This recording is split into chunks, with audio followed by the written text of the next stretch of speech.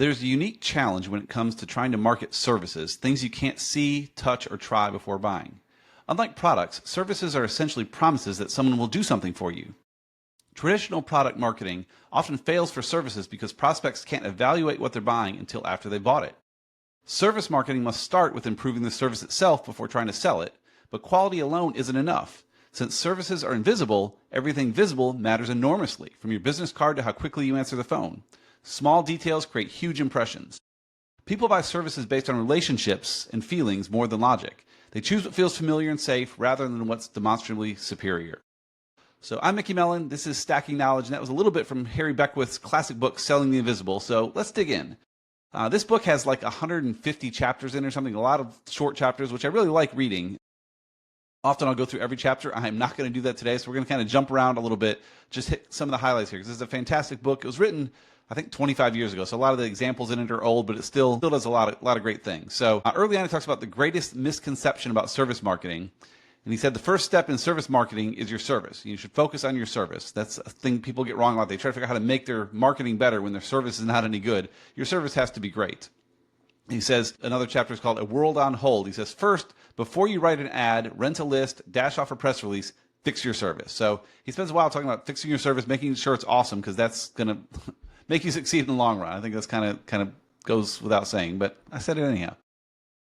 Another chapter, he says, let your clients set your standards. The quote from the book, he says, in advertising, when most creative people say, that's a really good ad, they don't mean that the ad might build the client's business. They just mean that the ad has a good headline, a good visual. It's good. It's neat. It's cool. It's not necessarily all that helpful. You don't want people to be impressed by your ads. You want your ad to actually move the needle. He says in there, ask who's setting your standards, your industry, your ego, or your clients, and your standards should follow that. Related, he says, bad news, you're competing with Walt Disney. Ignore your industry's benchmarks and copy Disney's. And I've seen that said before, like, people say, I have a commodity product. You say, okay, you're a commodity, but what if Disney entered that market? Would they treat it as a commodity? And they certainly wouldn't. And so you should think of it in that way too. Don't look at what your industry is doing. See what Disney might do with something like that. Jumping ahead, he has a little bit about focus groups and surveys and that kind of stuff. One thing he mentioned a few times, though, he has a chapter called Focus Groups Don't. He said, you're selling to individuals, talk to individuals. He's not a big fan of focus groups because people will kind of get some groupthink going, and just talk to people, have conversations. Another section he has is called Marketing is Not a Department. Everyone should be marketing. He says in the book, quote, more than half of all Japanese companies do not even bother to have marketing departments because they believe that everyone in the company is part of the marketing. Marketing is not a department. It is your business. He says, start with you and your employees. He says in the book, review every step, from how your receptionist answers to the message on the bottom of your invoices, and ask what you could do differently to attract and keep more customers. Every act is a marketing act. Make every employee a marketing person. Every act is a marketing act. Make every employee a marketing person. Then he gets into, like, what are you really selling? Because he has a lot of the book that you're not really selling what people think you are. Kind of, I mentioned in the intro piece there, it's not like that. He was talking about Burger King and how they decided, McDonald's has cheap burgers. They're selling great. We're going to have better flame broiled burgers. This is going to be awesome. We're going to kill it. And by all accounts, their burgers are and were better, but it didn't really move the needle. He said, McDonald's came along and figured out that people weren't buying hamburgers. People were buying an experience.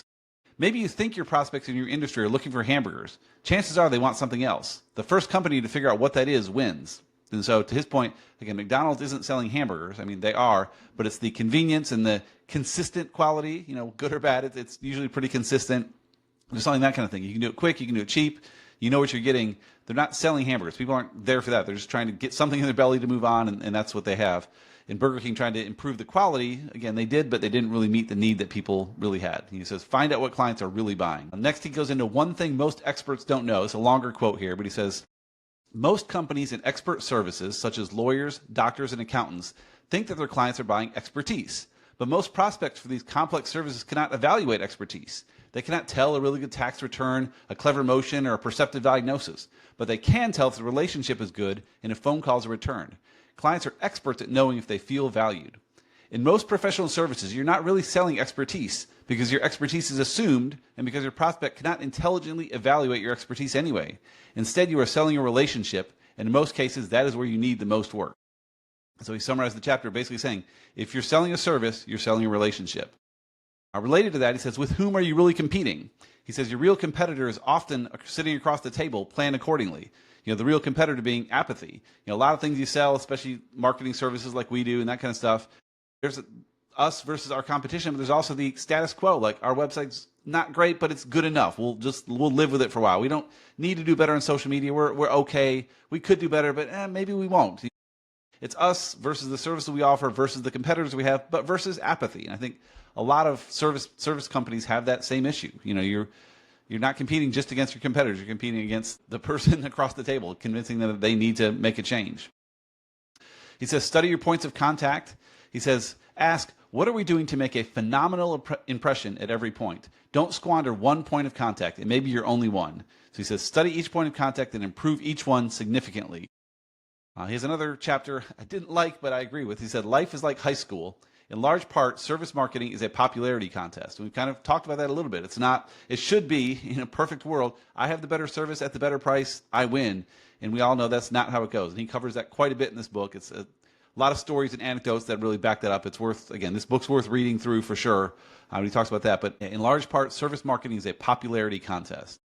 Then he gets into a bunch of fallacies. He has 18 fallacies he goes through. I'm not going to cover all 18, but there's a few that stood out to me that I really liked. He said, you can know what you want. He said, the second fallacy, don't value planning for its result, the plan. The greatest value of the plan is the process, the thinking that went into it.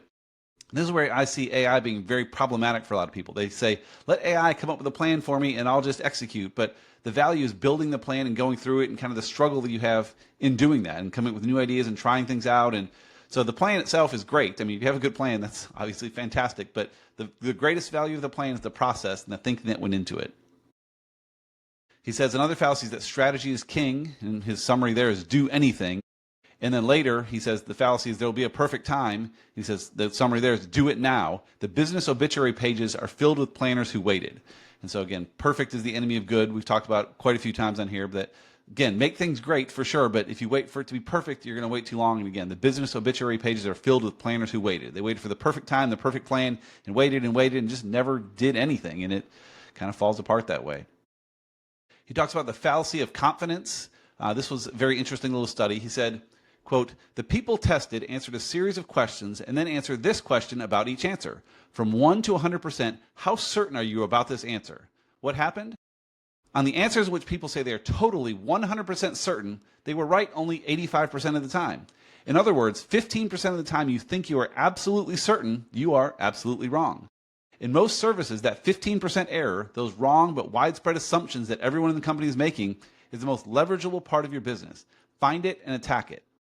So again, you're all going to assume, here are the things we know about our customers, we know about our product, we know these things for sure. He's saying 15% of those that you know for sure, you might be wrong about. So assume you're maybe wrong about any of them. And at least, he says, find it and attack it. Figure out what might be wrong.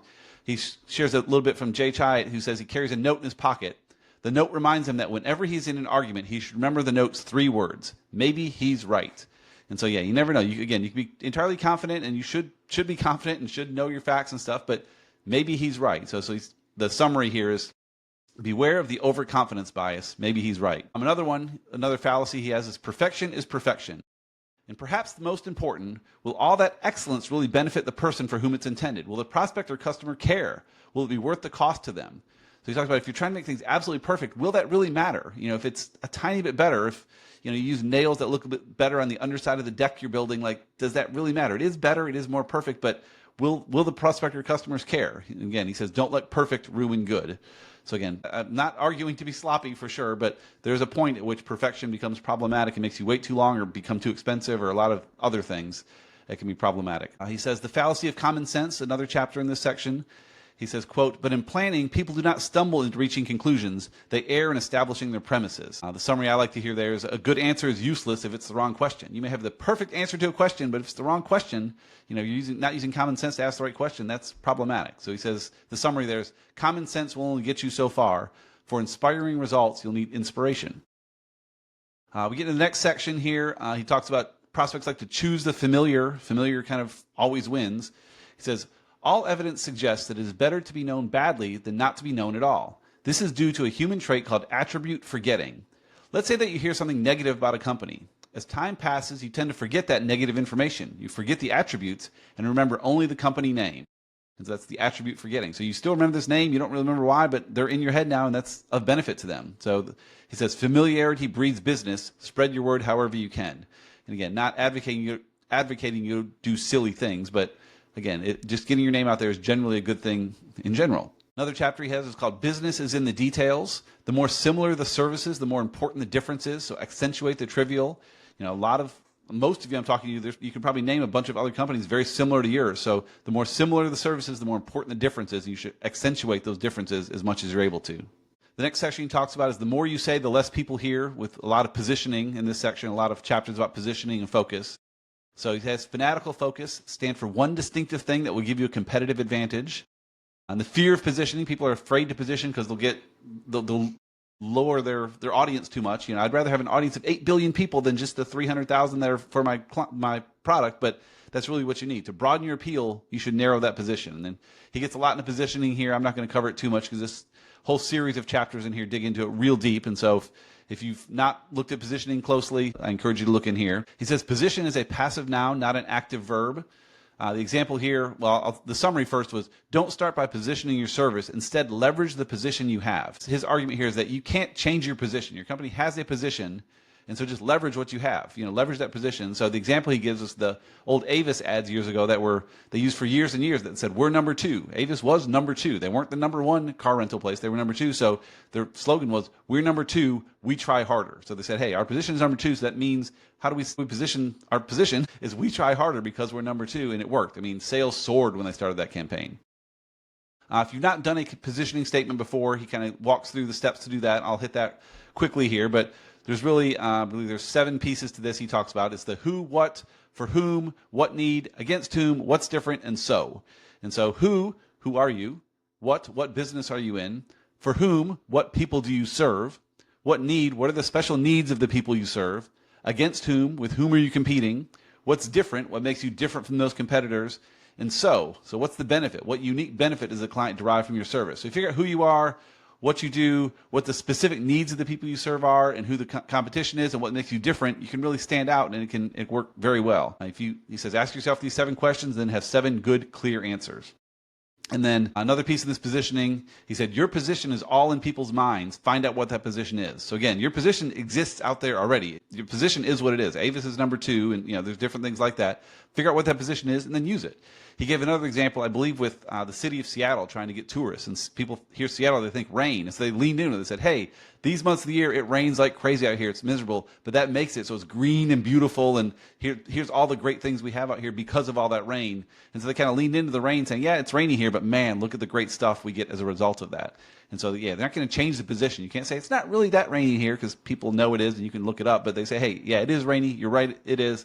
Here's how it changed. Here's what it means, though. Here's the value it brings to you if you come visit us. He has a whole long section called Ugly Cats, Boat Shoes, and Overpriced Jewelry, the sheer illogic of pricing. And so I won't get into all those specific examples, but he talks about the illogic of pricing, which I mentioned earlier a little bit. It's very frustrating to me. It should be the best product at the best price wins, and it's not how it is.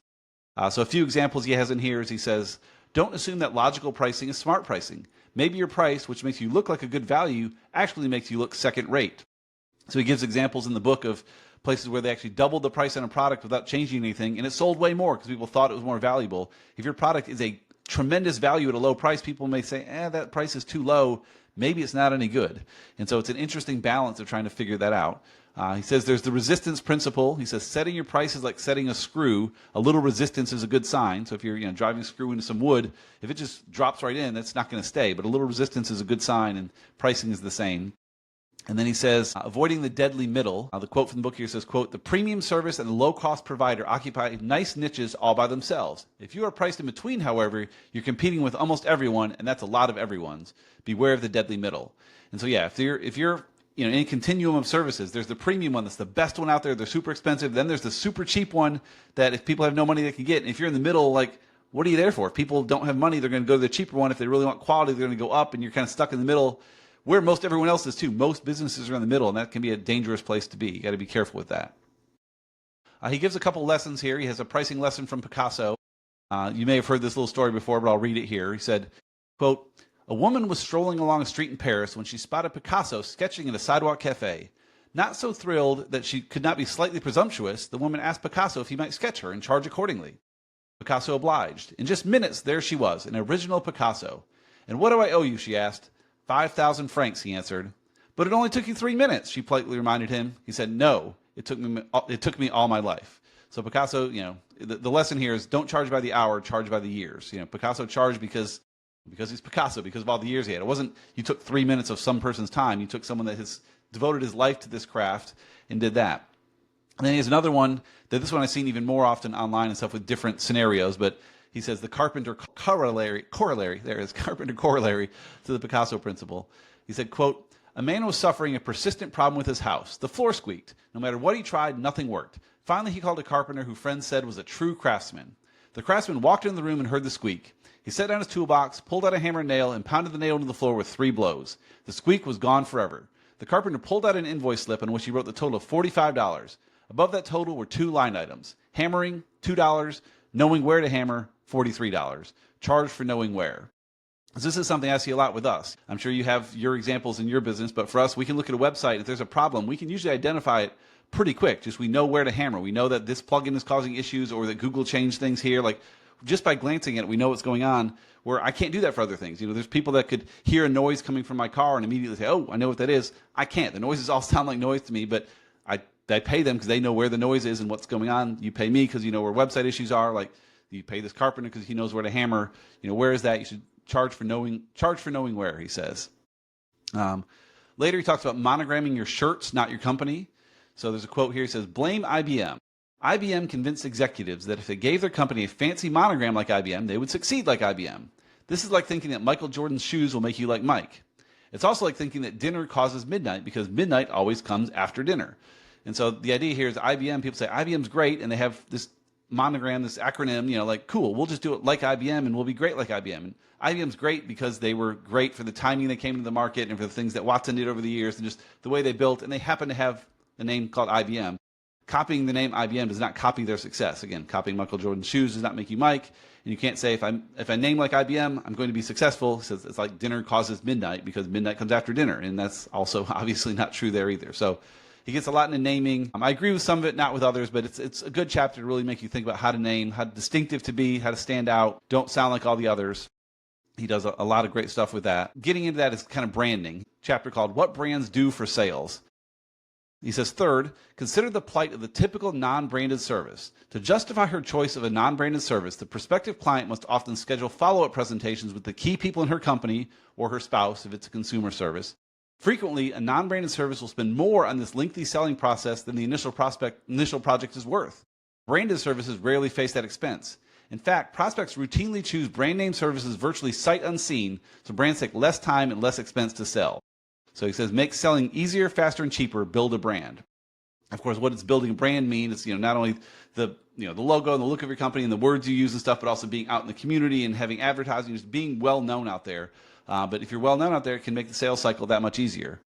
He says, stand by your brand. Never underestimate the value of your brand or the difficulty in creating a new one. And so he shared a story there too with some people that were with a well-branded financial services firm. They said, we're better than this. We're going to start our own thing.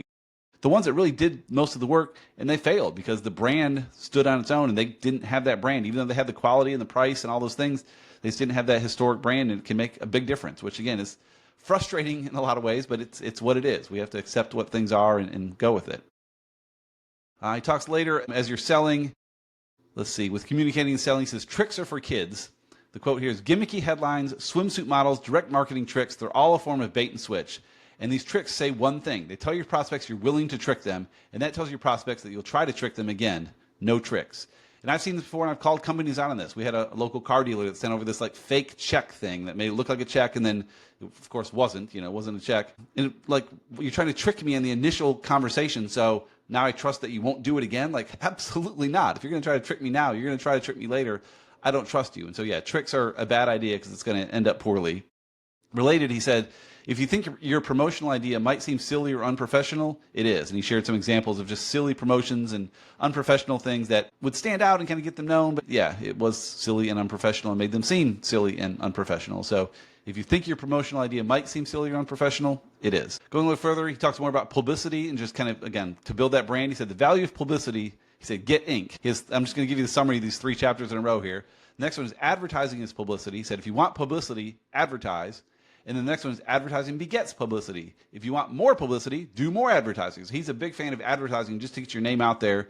He shared stories of like a company he got he used some PR and got them a nice article written in a magazine, but in that same magazine, he bought like 2 other ads too. And so people that saw that, like, wow, you've got all this PR, you're doing a great job. I saw the article and all that, but they saw it because his name kept popping up. The advertising helped support the publicity behind it, supported the article, and advertising can do a lot to kind of build your brand around it. He talks about focus on buying and not selling, make your services easy to buy. We've seen all those where you see something you want to buy and it's complicated, you're not sure how to do it, where to go, do you call, do you have options? Like, if you make it complicated to buy, that's a problem for any business, really. Getting later, he talks about nurturing and keeping clients. He says the day after, why getting the business can be the first step in losing it. Don't raise expectations you cannot meet. And this tends to be a problem in bigger companies, where the salespeople will make promises to make the sale because their goal is to make the sale and not worry about what happens later, but then they can't be met later. So you always got to be careful to not raise expectations too far. He talks about, I don't have the note here, but he said something like, promise people something in the PM, deliver it in the AM. Always try to underestimate and over-deliver. Under-promise and over-deliver. And so he says, yeah, if you tell people, I'll have it to you by tomorrow afternoon, knowing you can do it in the morning, and you get it in the morning, they're happy with it. Versus if you say, I'll try to get it today, and then you get it to them tomorrow morning, they'll be unhappy. Even though delivered at the same time, it's about setting expectations. He talks about that here. There's a quote from the book here. He says, quote, a customer's satisfaction is the gap between what the customer expects and what she gets. Service below her expectations makes her dissatisfied, and the greater the gap, the greater her dissatisfaction. To manage satisfaction, you must carefully manage your customers' expectations. And so again, it's all about expectations. I say, I'm going to have this to you tomorrow afternoon. I get it to you in the morning, you're thrilled. If I say I'll have it to you today and I get it to you tomorrow morning, you're disappointed. And again, it's the same delivery. It's just about how you set expectations. And then last, we'll kind of end on this piece here. There's a section called Your Patrons Are Saints. And I'll read this last quote here. He says, there's no such thing as too often, too grateful, too warm, or too appreciative. After all she's been through, more than you know, you cannot thank your client too much. So he talks a lot about just giving thanks to your clients. You can't do it too much. It's always there. The last quote I'll end on here says, your parents were right. Say thank you often. And so, yeah, I'll kind of leave it there for this one. But Selling the Invisible, fantastic older book. But yeah, it's available on Kindle and all those things. And again, I like that it has 140 or whatever chapters because it's nice to go through. And again, I could pull out the chapters that were highlights to me here. So encourage you to give it a listen. Thanks so much.